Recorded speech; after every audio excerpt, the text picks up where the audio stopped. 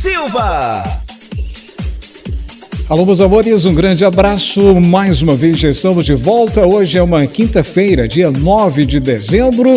E o que é que tem de novidade para hoje, Alex? Sobre os pagamentos que começarão amanhã. Amanhã, sexta-feira, dia 10 de dezembro, os pagamentos de R$400 vai começar via medida provisória. Serão 14,7 milhões de brasileiros que estarão recebendo, no mínimo, R$400. Ainda segue a dúvida, a incerteza. Será que hoje poderemos ter uma possibilidade de que o ministro João Romaneto, junto com o ministro Paulo Guedes, junto com a equipe econômica, possa resolver esse imbróglio, esse problema, que é tentar pagar o retroativo ainda nesse mês de dezembro? Eu ainda tenho esperança. Alguns parlamentares, comentaristas ainda têm esperança que isso aconteça. Está difícil, mas não é impossível. A questão de pagar o retroativo, né, aquela diferença que faltou no mês de novembro, muita gente recebeu R$50, outros receberam 106, outros 150, outros 250, enfim. Como o governo queria pagar no mínimo 400 em novembro, e houve aquele atraso na Câmara dos Deputados Federais durante aqueles debates, as votações, enfim, aí agora você está sentindo prejuízo, né? Pois é, o ministro João Romaneto disse que poderá pagar esse retroativo agora no mês de dezembro. O que faltou em novembro, completar junto com os 400. Então, vamos aguardar. Temos todo dia hoje para a gente acompanhar isso de perto, tá? Amanhã vai começar os R$400. Vamos aguardar se ainda tem chance do governo, o Ministério da Cidadania, anunciar uma nota aí de esclarecimento para que de fato possa pagar esse retroativo e também os novos beneficiários, tentar zerar a fila de espera. Tá difícil, mas eu sempre faço questão de falar, nada para Deus é impossível. É difícil, mas não é impossível. Tá difícil. Alex, se não sair esse retroativo agora, será que eles vão pagar em janeiro? Há uma possibilidade disso acontecer. Alex, e os novos beneficiários?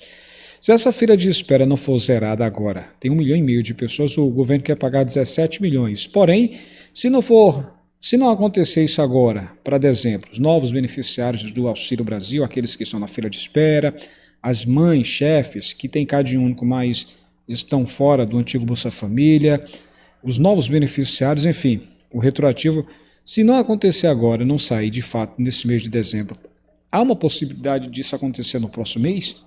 Essa é a tendência, pelo menos essa é a previsão. Se não acontecer nesse mês de dezembro, tudo isso pulará para feito uma bolinha pequenininha de neve, que vai aumentando. E aí há outra expectativa. Se não sair agora, deve sair em janeiro? Deve. Bora trazer mais detalhes, o imbróglio que aconteceu hoje lá no Senado. Você está vendo aqui a Simone Tebet, o presidente do Senado, Rodrigo Pacheco. Tivemos hoje uma discussão calorosa, né?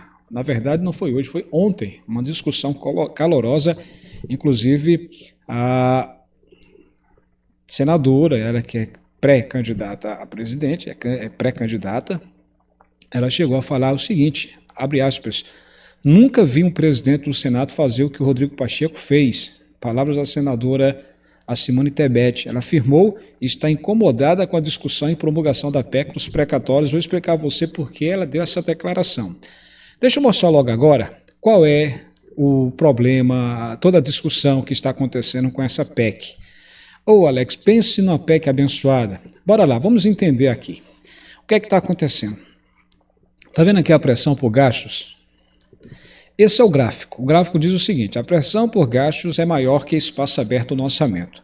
O que está na conta do Ministério nesse momento, tratando-se de bilhões de reais? Diz o seguinte... O Auxílio Brasil vai usar 51,1 bilhões de reais. Isso aqui é o que está na conta do Ministério da Cidadania. Os gastos obrigatórios, 48,6 bilhões. A desoneração da folha, 5,3 bilhões. E a verba livre, 1,1 bilhão. Isso aqui é o que está na conta do Ministério da Economia. Agora, o que está em negociação? Por que esse bate-boca todo? Por que tanta indefinição? Deixa eu passar aqui a próxima página para você entender toda essa discussão. O que está em negociação nesse momento? Em bilhões de reais, as emendas parlamentares, de 7 a 16 bilhões de reais. O que ainda está em negociação no Senado e na Câmara? Auxílio para caminhoneiros, 3,6 bilhões, porque o presidente disse que queria pagar ainda R$ 400 durante um ano, devido à alta dos impostos, devido à alta dos combustíveis. Fundo eleitoral, 3 bilhões de reais ainda está em negociação. Vale Gás, 0,6 bilhão, ou seja, 600 milhões de reais. E aí entra no efeito da PEC no orçamento, que diz o seguinte, o efeito diz o seguinte, deixa eu mostrar aqui para você, o efeito valor a ser liberado para despesas em bilhões de reais. Valor a ser liberado para despesas. Essa discussão toda, o total vai dar 106 bilhões, o que já foi promulgado até agora, 62,2 bilhões de reais. E o que depende das novas votações, 43,8 bilhões, tá? Então, essa é a situação para você entender por que tanta lentidão, por que tantos debates, por que a oposição não quer isso, não deseja isso, enfim. Agora, bora traduzir isso, vamos explicar tudo o que está acontecendo. Ontem, o Congresso promulgou, de forma oficial, parte dos precatórios sob protestos de vários senadores principalmente de oposição.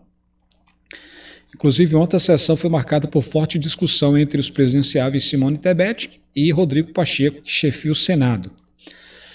Após acordo fechado na noite anterior para o fatiamento da proposta, ou seja, na terça-feira, dia 7, o Congresso Nacional promulgou ontem, quarta-feira, dia 8, finalmente a PEC, que é a proposta de emenda à Constituição dos precatórios, a aposta do governo para poder pagar o Auxílio Brasil de ao menos R$ 400 a 17 milhões de famílias até dezembro do próximo ano.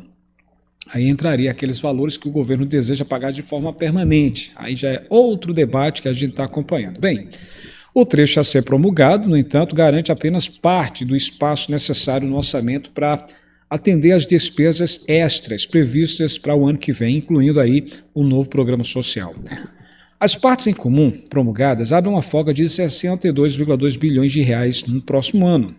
Outros 48,6 bilhões de reais ainda dependerão dessa votação de outra PEC na Câmara e também no Senado, ou seja, o Congresso ainda vai ter que debater através de votos e também desses turnos aí, principalmente na Câmara, cerca de quase 49 bilhões de reais. A sessão de promulgação, inclusive, foi marcada por uma série de manifestações contrárias dos senadores que apontaram rompimento do acordo durante a votação no Senado. Vocês lembram que o líder do Senado, o líder do governo no Senado, do Fernando Bezerra, ele fez várias mudanças e acatou os pedidos da oposição e colocou lá. Por isso que teve uma votação até fácil. Na hora de votar, a gente acompanhava, o próprio governo achava que ia ser apertado, mas aí teve uma folga.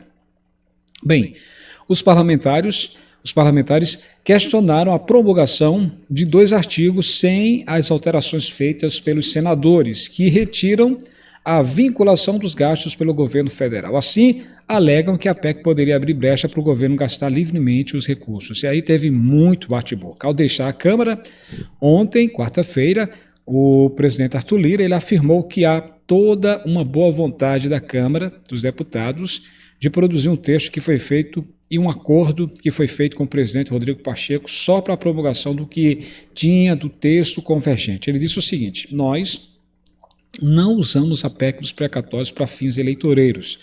Eu não sou um candidato a presidente da República, disse o líder, o presidente da Câmara, Arthur Lira. Mas ele continuou falando, nós estamos fazendo o máximo de esforço possível para fazer a pensação dessa matéria e votar já na próxima terça-feira, para serem apreciadas todas as alterações que o Senado fez honrosamente.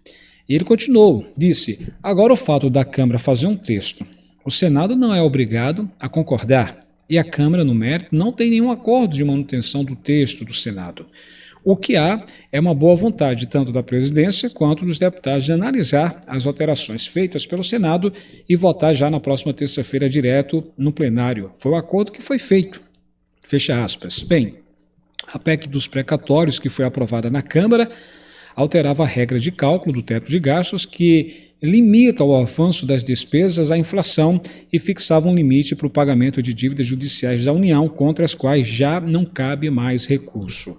O texto sofreu diversas modificações no Senado para tentar conseguir apoio de mais senadores, e foi o que aconteceu, o que tornava necessária para essa votação agora pelos deputados. Na terça-feira, na última terça-feira, dia 7 de dezembro, os presidentes da Câmara, Arthur Lira, e do Senado, Rodrigo Pacheco, eles anunciaram um acordo para promulgar a parte da PEC que ficou inalterada. Isso incluiria a mudança no teto de gastos, mas não limite para pagamento de dívidas judiciais. O acerto prevê que a proposta que criará um subteto para os precatórios, como são chamadas as dívidas judiciais, deve ser apreciada novamente pela Câmara já na próxima terça-feira, dia 14 de dezembro. Depois, o texto precisará passar novamente pelo Senado. Portanto, foi promulgado apenas um dos dois pilares da PEC. A alteração no cálculo do teto já entra em vigor imediatamente, mas para impedir uma forte expansão de despesas, foi determinado um limite do efeito dessa mudança agora em dezembro. O texto promulgado estabelece que as despesas em 2021 podem subir em 15 bilhões de reais a serem usadas em vacinas, na área de saúde e também na área social, que é o caso do Auxílio Brasil. Outro ponto polêmico promulgado prevê o parcelamento de dívidas que os municípios têm com a União. Já venho falando sobre isso. Para concluir a análise da PEC, o governo precisa aprovar na Câmara a medida que cria um limite para a quitação dos precatórios, além do trecho determinando que o efeito da PEC no orçamento seja usado exclusivamente para cobrir despesas obrigatórias, que aumentaram diante da alta da inflação, do Auxílio Brasil e também da desoneração da folha de pagamentos. A equipe do ministro Paulo Guedes, a equipe econômica, conta com espaço de mais de 106 bilhões de reais para conseguir acomodar todas as despesas previstas para o próximo ano. Para assegurar a ampliação do Auxílio Brasil, o governo precisa de 51 bilhões de reais adicionais.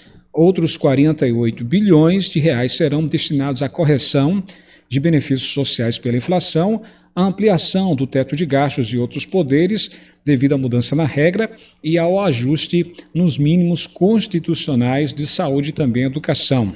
Há ainda uma fatura extra de 5,3 bilhões de reais para bancar a prorrogação da desoneração da folha de pagamento para empresas, medida já acertada entre o governo e também o Congresso Nacional. A promulgação parcial da PEC, apenas com a mudança no teto de gastos, em tese, viabiliza aí a ampliação de 51 bilhões de reais pretendida no Auxílio Brasil, segundo o integrante da equipe econômica. Aí, entre o meu, o seu, o nosso interesse, a gente que está tratando sobre essa questão dos valores do Auxílio Brasil, que é R$400 de forma permanente, e aí entraria a questão também da possibilidade de ser pago retroativo. Bem, como foi através de medida provisória, aí tudo muda. Depende aí de uma decisão ainda do ministro João Romaneto com o ministro Paulo Guedes. Por isso que ainda há uma chance hoje ainda de ter um acordo e pagar o retroativo. Por isso que não está totalmente encerrada essa situação de pagar aí o retroativo de novembro. Tá? Então é necessário a gente aguardar os contatos, os debates, as reuniões, principalmente com os ministros, para ver essa possibilidade de ainda pagar o retroativo do que faltou em novembro para pagar em dezembro e também das novas vagas. Ainda não está encerrado isso aí, esse assunto ainda não está encerrado. Está difícil, mas não fechou. Não é impossível isso ter um revés. Lembro também como os 62 bilhões de reais são insuficientes para cobrir todos os gastos programados, a necessidade de revisar também as despesas obrigatórias poderia impor um corte drástico nas discricionárias, que incluem custeio e investimentos públicos. Bem, o governo vai enviar um ofício ao relator geral do orçamento de 2022, o deputado Hugo Leal, do Rio de Janeiro, justamente para tentar ressaltar aí a necessidade de revisar os gastos obrigatórios, mas ainda avalia se fará isso antes ou depois da votação da segunda PEC. Os técnicos, pelo menos, afirmam que a composição final vai depender do próprio relator, uma vez que os ofícios não têm o poder de alterar a proposta orçamentária, como ocorreria com o envio de uma mensagem modificativa. O prazo de encaminhamento de uma mensagem modificativa, ela se encerrou na última terça-feira, dia 7 de dezembro, com a votação do relatório preliminar do orçamento de 2022, limitando então os instrumentos do governo para alterar a proposta. A votação da segunda PEC, complementando o espaço fiscal para o ano que vem, também contribuiria para deixar aí o cenário mais confortável, justamente para acomodar todas as despesas. Eu lembro que a sessão foi marcada por protestos, tivemos vários protestos, acompanhei isso, e aí alguns protestos de alguns senadores, principalmente por parte da oposição, que não concordavam com o texto que seria promulgado. Inclusive, a senadora Simone Tebet, que lançou na mesma data a sua candidatura à presidência da República, pré-candidata, disse que houve uma ruptura do acordo firmado durante a votação da matéria do Senado. Afirmou que o texto promulgado não continha as amarras que impedem o governo de gastar livremente os recursos. A parlamentar, inclusive, acrescentou que o acordo prevê a vinculação dos gastos com o programa social e também de ações de seguridade social. E ela falou o seguinte: nós vamos promulgar o espaço fiscal de quase 60 bilhões de reais, fruto da mudança temporal para dezembro no cálculo. Esse espaço fiscal fica solto, ele vai ficar lá em um artigo dependendo da votação da Câmara dos Deputados, afirmou a parlamentar. E continuou, veja, eu não estou tratando da Câmara, eu estou tratando de um acordo que foi feito aqui para que nós dessemos os votos necessários que o governo não tinha para poder aceitar avançar nessa questão. Completou, ela pediu a exclusão desses dois artigos. Aí entrou em cena o senador Alessandro Vieira. Olha como esquentou o clima ontem no Senado Federal.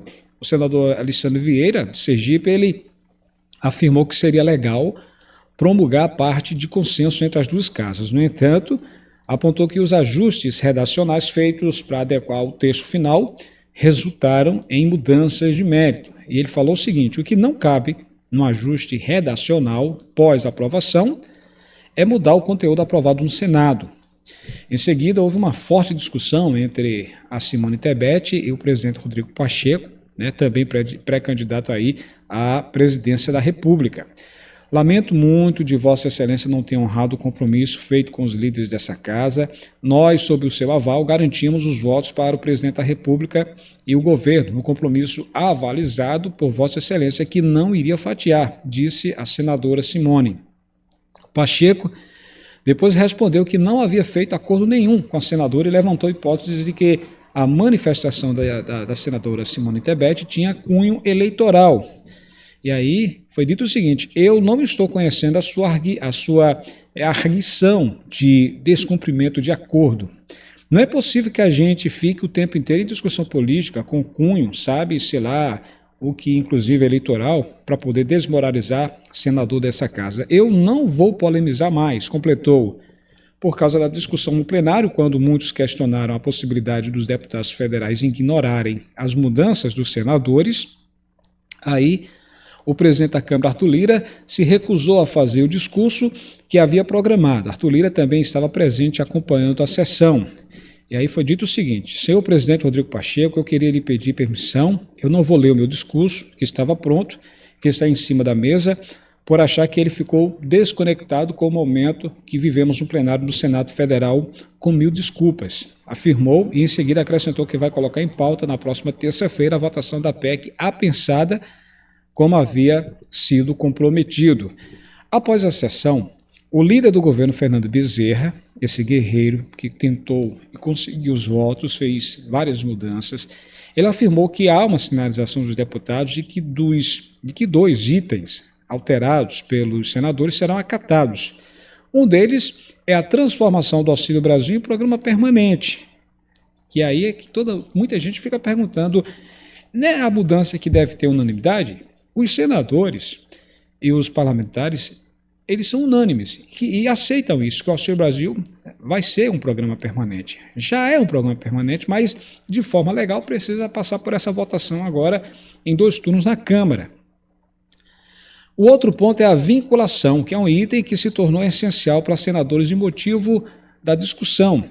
Por outro lado, o líder do governo do Senado, Fernando Bezerra, também afirmou que há resistência de alguns deputados, no caso o pessoal da oposição, em relação ao escalonamento do pagamento do Fundef, que é o Fundo de Educação, prevendo percentuais das dívidas que serão pagos ano a ano.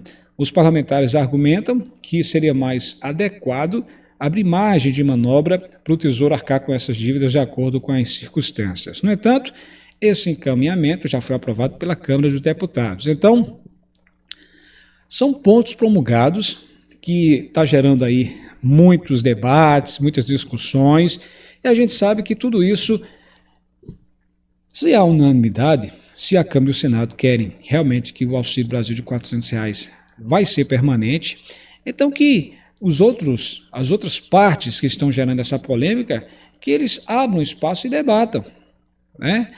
E é uma preocupação porque essa demora vai gerando tensão e expectativa. Só para você entender, essa demora agora está gerando aí essa polêmica do retroativo, porque o governo não acreditou na reunião, ou seja, demorou demais sair o resultado para que fosse promulgado, e aí o governo resolveu confirmar através de uma medida provisória, por isso que pode correr o risco desse retroativo e dos novos beneficiários não acontecer agora em dezembro, somente em janeiro.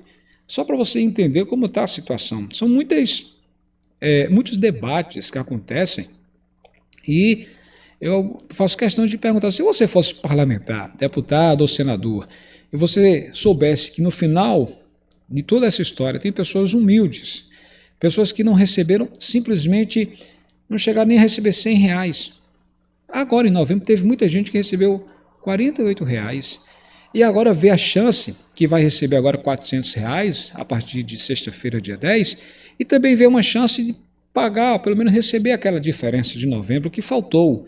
No caso desse exemplo, quem recebeu, por exemplo, R$48, R$106, faltaria o quê? Faltaria 294, quem recebeu 48 faltaria 352, ou seja, somando esse valor de 352 mais os 400 que começa a ser pago sexta-feira, já ia para 752, ou seja, tem muita gente que está nessa situação e agora vai receber só os 400. Por quê? Muita demora. Tá? Muita coisa para ser debatida e gera essa tensão, expectativa. Eu lembro que o mercado estava muito ouriçado, o mercado financeiro, e só porque foi confirmada a promulgação, o dólar já deu uma queda, ou seja, já se adequou, porque há muita expectativa, já caiu, estava 5,60 e pouco, caiu aí para 5,61, 5,59 nessa faixa, já deu uma acalmada nos ânimos.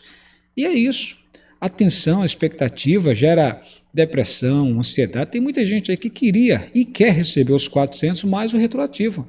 Mas todos esses debates, o que é que está acontecendo? A gente está seguindo para que receba só os 400 e retroativo, talvez em janeiro, e os novos beneficiários, 2,5 milhões de pessoas, poderão ficar sem nada, poderão só selecionados só em janeiro também. Vários sites, TV já estão dizendo, só tem os R$400 para quem recebeu em novembro, 14,7 milhões. Eu insisto aqui, eu ainda tenho esperança, alguns parlamentares, comentaristas, hoje ainda é o dia, poderá ter novidade. Então vamos acompanhar se nas reuniões com os ministros, João Roma Neto, Paulo Guedes, com as lideranças, se eles conseguem pelo menos confirmar hoje ainda essa questão do retroativo. Está difícil, mas eu tenho esperança, mas não é impossível. Olha, para Deus nada é impossível. Se há lá no finalzinho do túnel, a luzinha, e tem chance, eu acredito. Tá? Então, por isso que vamos acompanhar isso. O que está certo, finalizado, é que a partir de amanhã, sexta-feira, dia 10, vai começar os pagamentos, finalmente, via medida provisória, de R$400 a 14 milhões e 700 mil famílias. Ninguém irá receber menos do que 400. R$400 acima. Quem ganha mais de 400 vai receber normalmente, tá? Muita gente perguntando, Alex, eu estou conferindo aqui, está aparecendo o meu valor de 150, 130, 140, valor antigo do mês de novembro. O sistema está em processo de atualização. O que faltar, o governo completa, tá? Para deixar bem claro aqui, o que faltar, se você olhar no seu aplicativo, se você fez uma consulta, está dando quanto? 150? Faltaria 250? É isso? Então o governo daqui para amanhã, na hora que começar os pagamentos, completa a diferença. Para deixar bem claro, ninguém pode receber menos do que R$400. A partir de amanhã são 14,7 milhões. E o retroativo, os novos beneficiários, vamos acompanhar durante todo esse dia, tá? E lembrando que tem a questão do gás. Gás dos brasileiros segundo alguns técnicos, alguns líderes, o próprio ministro João Roma, enfim, a expectativa é que comece também já amanhã, dia 10, serão 5,5 milhões de brasileiros de baixa renda que serão selecionados, pessoas do Auxílio Brasil, Cade Único, do BPC, Benefício de Prestação Continuada, e mulheres vítimas de violência doméstica. Então, vamos acompanhar isso, tá? 5,5 milhões, as primeiras famílias serão as famílias maiores, as famílias com mais membros. As famílias com menos membros serão selecionadas um mês sim, um mês não, durante todo esse ano, tá? Você vai ter direito a metade do valor. Hoje o gás de cozinha está em torno de R$ 102. Uma atualização que foi feita pela Petrobras é que houve uma redução para R$ 96, R$ 98. Então, o governo vai pagar metade. Pode pagar 52 ou pode pagar 48 a 49 reais. Vamos conferir isso, tá bom? Alex, e como fica a situação do auxílio emergencial para dezembro? A chance é uma possibilidade. Vários parlamentares de oposição e de situação estão aí de forma unânime, vão com certeza, já devem estar pressionando o presidente Bolsonaro para que ele possa prorrogar. Se tem dinheiro ou não, vamos acompanhar isso, tá? Uma prorrogação para pagar 25 milhões de brasileiros que ficaram sem nada em novembro. Apenas esses 25 milhões, tá? Há uma chance? Vamos acompanhar também, tá certo? Estou lá no Instagram, pessoal, lá no blog Alex Silva. Se você quiser estar na minha lista de amigos, terei o maior prazer, tá bom? Vai lá no Instagram, blog Alex Silva. Forte abraço, a gente se encontra. Tchau, tchau.